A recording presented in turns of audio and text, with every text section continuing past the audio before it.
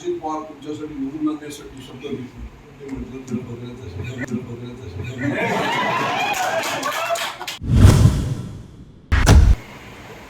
मित्रो, आम्हाला सगळी माहिती दिली. मी तुम्हाला फक्त एक आठवण करून देऊ इच्छितो. 2009च्या निवडणुकीमध्ये कुठच्या भविष्यवेत्त्यांनी सांगितलं होतं की विजय बापू शिवतारे जिंकू शकतो? नाही ना.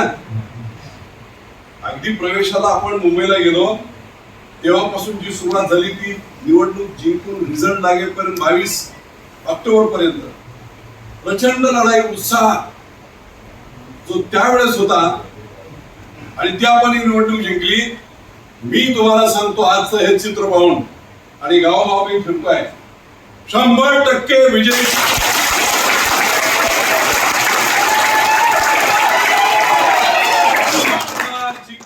जिंकणार.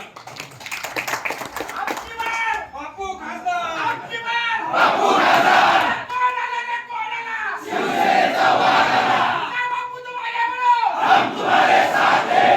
लक्षात घ्या.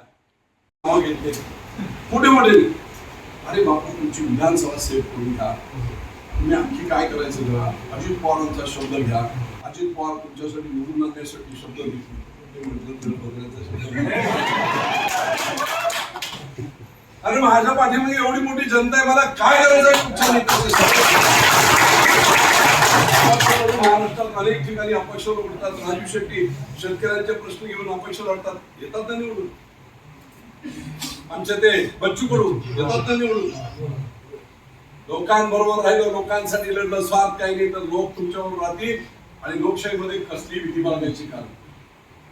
म्हणून मित्र एवढंच आपल्याला एवढ्यासाठी सांगतो, प्रचंड अन्याय केले त्यांनी. बापूसाहेब खैरे हे नेता आता सगळी शेवटी 2-2 पोरांची लेकरांची 15 वर्षात हे झाले. पण अजूनही सगळ्या महाराष्ट्रभर जे आज 10 दिवस चाललंय त्याच्यामधून पुन्हा सगळी शेवटी त्या बारामती लोकसभा मतदारसंघातील आपल्या पाठीमागे उभे राहणार हे चित्र पुन्हा तसंच मला दिसतं. आणि म्हणून गावागावातून आज संभ्रम काय करते राष्ट्रवादी? एकच संभ्रम करते. पहिला अजित पवारांवर खूप खुन्नस आहे बापूंची, यायच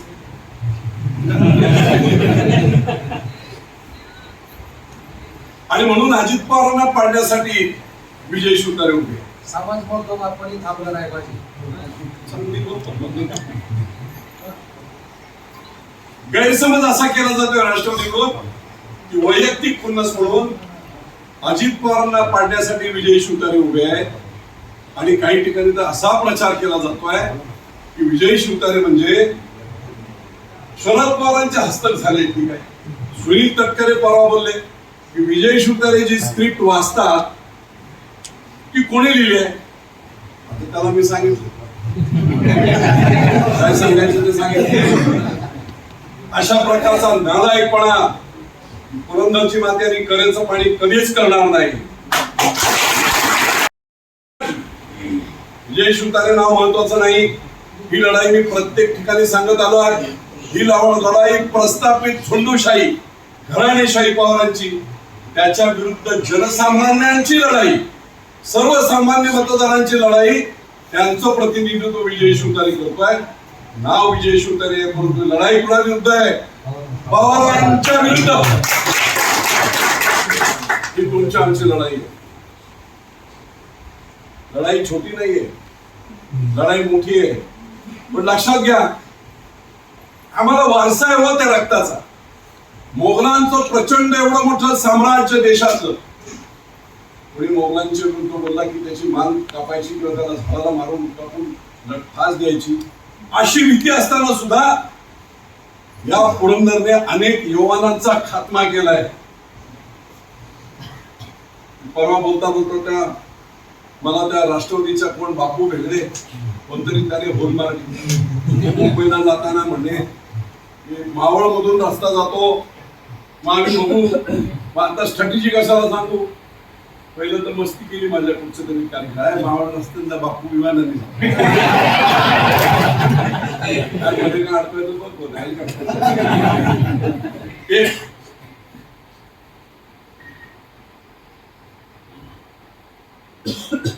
आणि त्याचबरोबर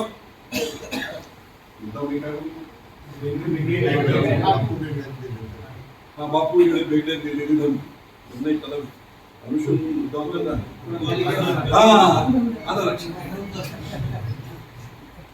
हेलिकॉप्टर जाऊ दे.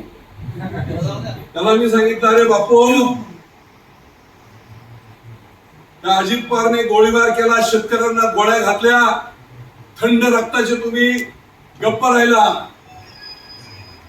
हा पुरंदर आहे. मान कापल्यानंतर सुद्धा 500 मान कापलेला हा पुरंदर आहे.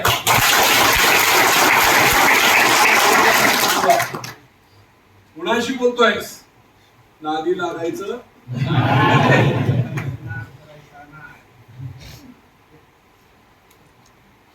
आणि ते शरद पवारांनाही माहितीये विजय शिवतारे काय आहे, अजित पवारांनाही माहितीये.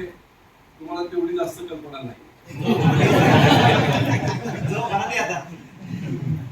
कधी कधी हवा करतात अरे बापूंची तब्येत ठीक आहे, ठीक नाहीये. अरे बापूंची तब्येत ओपन हार्ट सर्जरी होऊन 3 वेळा महिन्यात आठवड्यातून डायलिसिस करत बापू एवढा ठणठणीत आहे ना. या रावणाचा वध करण्यासाठी बापू दहशतवाद. मी आज टीव्हीला सुद्धा बातमी दिली. ग्रामीण टेररिझम, रुरल टेररिझम, ग्रामीण भागातला दहशतवाद या पवारांनी केलेला संपूर्ण महाराष्ट्रात आणि इथे देखील. काय रे विजय बापूचा कार्यकर्ता आहे, त्याचा ऊसच तोडायचा नाही. विकास सोसायटीतून तरी उलट उलट्या विचाराचा आपल्या असं करतो काय ग्रामपंचायतला, त्याला कर्जच द्यायचं नाही, त्याला पाणी द्यायचं नाही. त्याचा एखादा थकला हप्ता बिप्ता थकला की त्याचा ट्रॅक्टर लगेच ओढून आणायचा. त्याची कोणाची चांगल्या माणसाची पतपिढी असेल तर तिथे डीडीआरला सांगून इन्क्वायरी लावायची, त्यांना जाम करून टाकायचं. अजितदादांनी केलेला पाप जर तेवढा विजय शिवतारे स्ट्रॉंग नसता तर श्रीनाथ पतसंस्था 45 वर्षांचा आबाची मेहनत शेवटच्या क्षणाला ही पतपिढी काढली होती. ऑर्डर झाली, प्रशासक नेमा, 6 वर्ष हवा, आता निवडणूक लढू शकत नाही, 3ऱ्या दिवशी फॉर्म भरायचे होते. याच उद्धव साहेबांना असं ठणकावलं. आबा होते गाडीत, पळत ओएसडी वगैरे रस्त्यात येऊन भेटले. कोणी केलं होतं? अजित पवारांनी केलं होतं बाळासाहेब पाटलांना सांगून. ही ग्रामीण दहशतवाद, हा रुरल टेररिझम, अख्ख्या महाराष्ट्राला आता हा शब्द माहीत पडेल जो राष्ट्रवादीने केलेला आहे, सर्व ठिकाणी.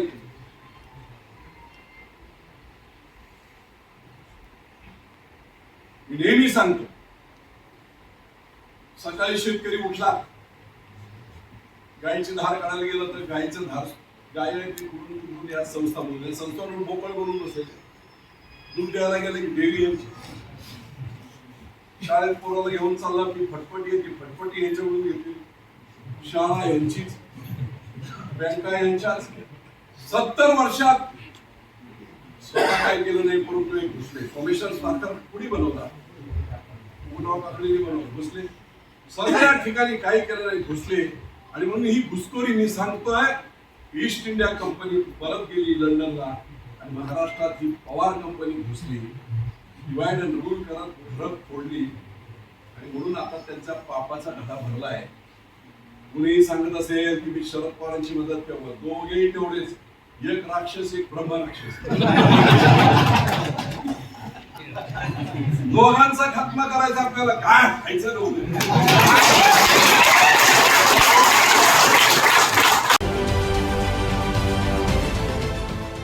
देश विदेशातील प्रत्येक घडामोडींचे लाईव्ह अपडेट मिळवण्यासाठी आता साम टीव्हीच्या सर्व सोशल मीडिया प्लॅटफॉर्मला लाईक, फॉलो आणि सबस्क्राईब करा.